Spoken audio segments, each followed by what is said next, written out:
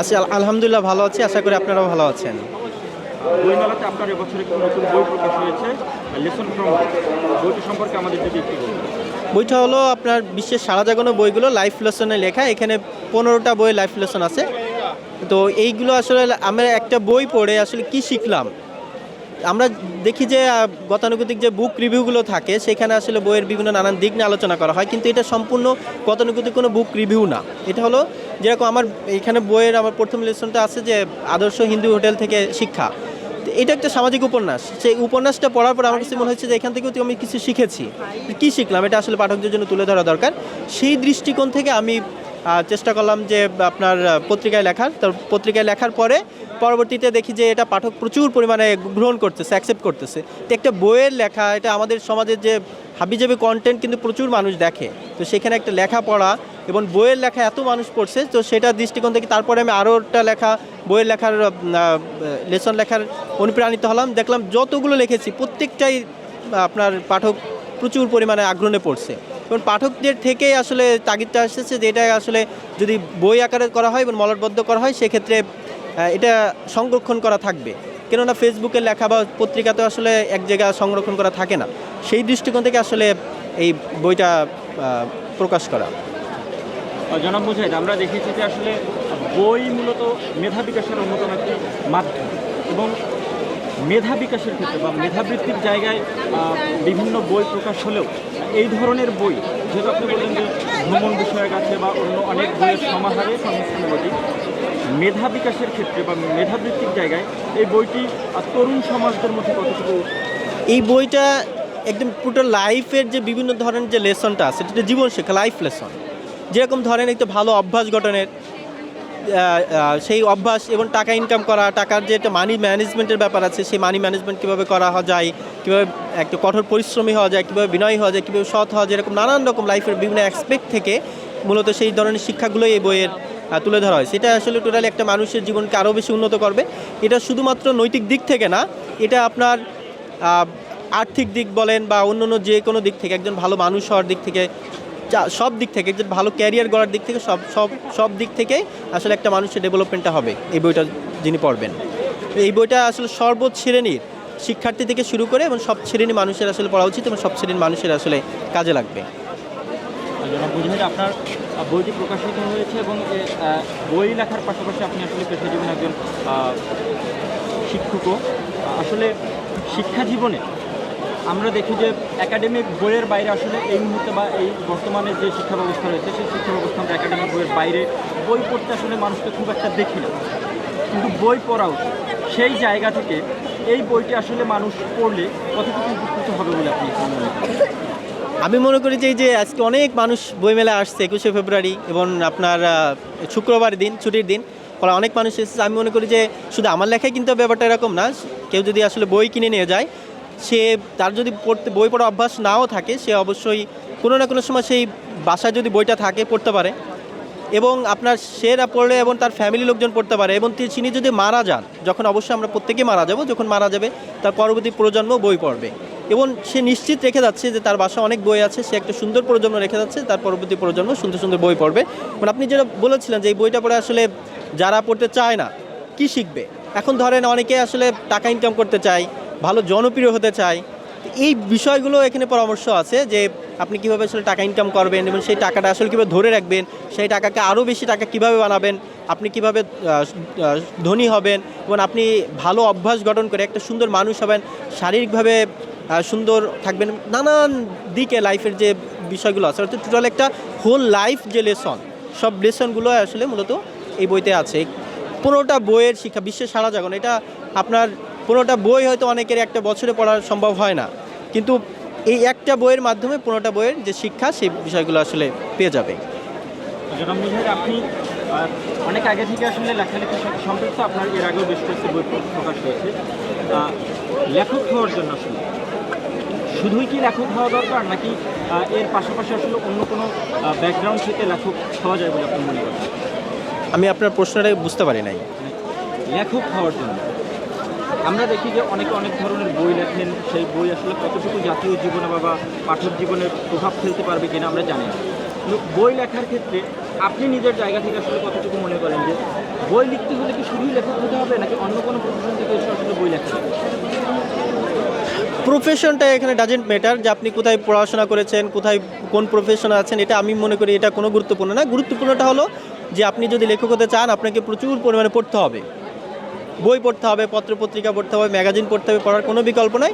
আরেকটা যে জিনিসটা পড়তে হবে সেটা হলো যে লাইফ পড়তে হবে, জীবন পড়তে হবে। জীবন পড়াটা অনেক বেশি গুরুত্বপূর্ণ। আপনি যত বেশি জীবন পড়বেন তত বেশি বুঝতে পারবেন যে আসলে একটা মানুষের জীবনটা আসলে কিভাবে চলে, মানুষের জীবনের কি আসলে চাহিদা আছে বা কি আসলে চায়। যখন আপনি মানুষের লাইফটা পড়তে পারবেন তখন যেটা হবে যে আপনি যদি একটু উপন্যাস লেখেন বা এরকম সেলফ ডেভেলপমেন্ট বই লেখেন বা বা ক্যারিয়ার বই লেখেন, যে বই লেখেন না কেন, আপনার লেখার ভিতরে লাইফটা চলে আসবে। আর যখন লাইফটা চলে আসবে তখন মানুষ রিলেট করতে পারবে যে সেটা আসলে তার কথাই বলতেছে। আর যখন সে লাইফের সাথে রিলেট করতে পারবে তখন সেই বিষয়গুলো কিন্তু অনেক বেশি আগ্রহ নিয়ে পড়বে এবং পড়ার প্রতি উদ্বুদ্ধ হবে। সেই বইটা তার কাছে ভালো লাগবে বা সেই লেখাটা তার কাছে ভালো লাগবে। এই কারণে আমি মনে করি যে আসলে যে কেউ লিখতে পারে লেখার জন্য। যেরকম আমাদের কাজী নজরুল ইসলাম, তিনি কিন্তু অনেক বেশি ডিগ্রিধারী ছিলেন না। এরকম অহরহ অনেক উদাহরণ আছে, তারা কিন্তু অনেক বেশি ডিগ্রিধারী ছিলেন না বা অনেক বড় পদের ছিলেন না।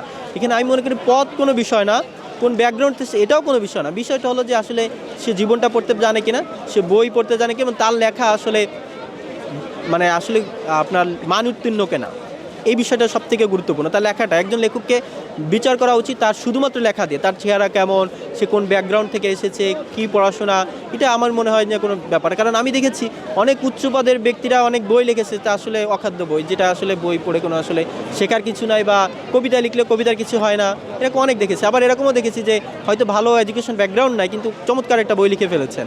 তো এই জন্য আসলে লেখাকেই আসলে বেশি গুরুত্ব দেওয়া উচিত আপনার তার ডিগ্রি বা প্রফেশন থেকে। আমরা দেখেছি ইতিপূর্বে আপনি বই লিখেছেন চাকরি কেন্দ্রিক, আসলে কীভাবে একজন যুবক, একজন তরুণ ভবিষ্যৎ চাকরি জীবনে সফল হতে পারে বা চাকরি পাওয়ার ক্ষেত্রে কীভাবে সে নিজেকে প্রস্তুত করতে পারে।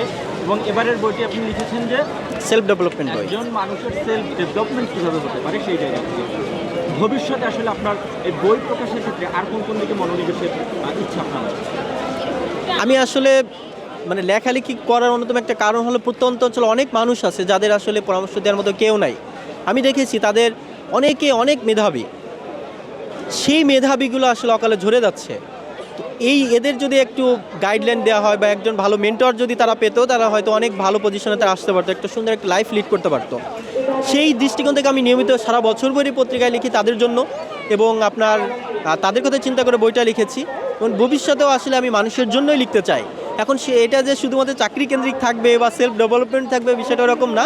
নানান দৃষ্টিকোণ থেকে আমার কাছে যখন মনে হবে যে এই বিষয়ে আসলে আমার লেখা উচিত বা আমি পারফেক্ট লেখার বিষয়ে বা আমার পর্যাপ্ত নলেজ আছে, আমি সেই বিষয়ে আমি লিখব। এবং সেই লেখাটা, আমার লেখা বা আমার বই বা আমার পত্রপত্রিকা যে লেখা পাবলিশড হয়, সেটা যেন মানুষের কাজে লাগে, মানুষের জীবনটাকে যেন আরও পজিটিভলি যেন ডেভেলপমেন্ট হয়, সেই বিষয়টা অবশ্যই আমি মাথায় রাখবো। এটা নানান বিষয় হতে পারে, এবং আমার অনেক অনেক লেখা, আমি এই ছোট্ট একটা জীবনে আমি অনেক অনেক লেখা লিখে যেতে চাই। এবং আরেকটা প্রশ্ন হচ্ছে যে বইমেলা, নতুন বই প্রকাশের ক্ষেত্রে লেখক আর লেখিকা যারা আছেন তাদের একটা আগ্রহের জায়গা থেকে বইমেলা, পাঠক পাঠিকাদের আসলে পড়ার জন্য বই কেনার অন্যতম একটা জায়গা হচ্ছে এই বইমেলা। যেহেতু ভাষার মাসকে কেন্দ্র করে আমাদের বইমেলার আয়োজন করা হয় এবং এখান থেকে আসলে নতুন পাঠকের জন্ম হয়, নতুন লেখকের জন্ম হয়, ভবিষ্যতে আসলে আপনার এই ভাষার মাসকে কেন্দ্র করে কোনো বই লেখার ইচ্ছা আছে? হ্যাঁ, ভাষার মাস এটা তো আমাদের আনন্দের অনেক উৎসবের মাস। আমি মনে করি যে এই উৎসবটাকে সবাই সেলিব্রেট করা উচিত। এটা বিশ্বের খুবই কম দেশ, আমার জানা নাই যে এত রক্ত দিয়ে একটা ভাষাকে প্রতিষ্ঠা করেছে, মাতৃভাষা। তো এই আন্তর্জাতিক মাতৃভাষা দিবস হিসেবে এটা স্বীকৃত এবং সারা বিশ্বে আজকে পালিত হচ্ছে। তো এই ভাষার মাসে এটা যে শুরু হয়েছে বইমেলা, এটা চমৎকার একটা ব্যাপার, এবং মানুষ আসতেছে। এবং এটা নিয়ে আমি আসলেই যতদিন বেঁচে থাকি ইনশাল্লাহ প্রতি বছরই আমি চেষ্টা করব যে বইমেলায় বই বের করার। এতে সুবিধা হলো যে পাঠকরা পছন্দ করে বই কেনার সুযোগ থাকে, কত প্রকাশনী, কত রকমের বই, লেখকদের সঙ্গে একটা সরাসরি ইন্টারাকশন একটা সুযোগ থাকে। তো এটা চমৎকার একটা ব্যাপার। তো এই করে আপনার দেখা গেছে যে আমাদের সারা বছরে যে টাকা বিক্রি না হয় তার থেকে বেশি আপনার এই বইমেলাকে কেন্দ্র করে বইগুলো বেশি বিক্রি হয়ে থাকে, এবং অনেকেই কিনে থাকে, শখের বশেও অনেকে কেনে বই। তো শখের বসে কিনলেও একদিন সেই বই পড়বে আমার বিশ্বাস। তাই মনে করি যে লেখকদের অবশ্যই এটা এবং সবাইকে সারা দেশের মানুষদেরকে আসলে এই বইমেলাকে আরও বেশি প্রমোট করা উচিত, আরও বেশি সেলিব্রেট করা উচিত এবং আরও বেশি ওন করা উচিত, যাতে আরও বেশি বেশি মানুষ বইমেলায় আসে, প্রচুর পরিমাণে বই কেনে এবং ভালো ভালো লেখক যাতে, এবং বই যখন পাঠক কিনবে তখন লেখক অনুপ্রাণিত হবেন এবং প্রকাশকরা তাদের ব্যবসাটা ভালো চলবে, প্রকাশনা শিল্প টিকে থাকবে। যখন প্রকাশনা শিল্প টিকে থাকবে, লেখক অনুপ্রাণিত হবে, তখন আরও ভালো ভালো বই আসার পসিবিলিটি বেড়ে যাবে। লেখকদের ক্ষেত্রে আমরা দেখি যে পাঠক চাহিদার উপর ভিত্তি করে তারা আসলে কেউ কবিতা লেখেন, কেউ উপন্যাস লেখেন, কেউ গল্প লেখেন।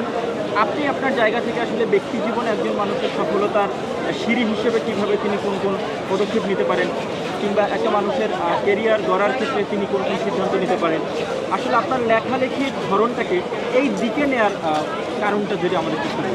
কারণটা হলো আমি ছোট্ট জীবন থেকে গ্রাম এবং শহর উভয় জায়গায় আসলে পড়াশোনা এবং বেড়ে ওঠার সুযোগ হয়েছে। তা আমি দেখেছি যে গ্রাম অঞ্চলে অনেক মানুষ আছে যাদের আসলে অত্যন্ত মেধা আছে, কিন্তু সঠিক গাইডলাইনের অভাবে তারা ভালো জায়গায় যেতে পারতেছে না। তো আমার কাছে মনে হচ্ছে যে আমি যদি লিখি, পত্রিকায় লিখি বা ফেসবুকে লিখি, তাদের জন্য পরামর্শ দিই, আমার একটা এক্সপিরিয়েন্স আছে, তো সেই ক্ষেত্রে তারা অনেক বেশি উপকৃত হবে, হয়তো তারা ভালো পজিশনে আসতে পারবে। তো সেই জায়গা থেকে আসলে তাদের জন্য আমি লিখছি। এখন শুধুমাত্র এই টাইপের লেখায় সীমাবদ্ধ থাকবে সেটা এরকম না, আমার যখন যেটা আসলে লিখতে ইচ্ছা হবে বা ভালো মনে হবে বা আমি মনে করবো যে আসলে এই বিষয়ে আমার পর্যাপ্ত নলেজ আছে, আমি সেই বিষয়ে আসলে লিখব। আপনাদেরকেও অসংখ্য ধন্যবাদ।